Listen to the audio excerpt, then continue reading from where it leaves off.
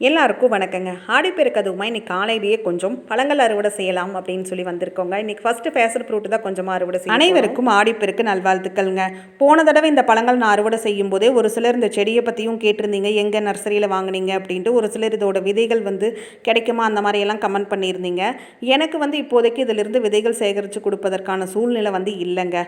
உங்களுக்கு இந்த செடி ஆனால் எல்லா நர்சரியிலையுமே ஈஸியாகவே கிடைக்கும். நான் ஒரு 50 செடிக்கிட்ட வாங்கியிருப்பேன். நான் வாங்கினதுலேயே இது கம்மி ப்ரைஸில் கிடைச்சதுங்க. ஒரு 50-60 ரூபா தான் இருக்கும். நர்சரியில் நாற்றுகளாகவே கிடைக்குது.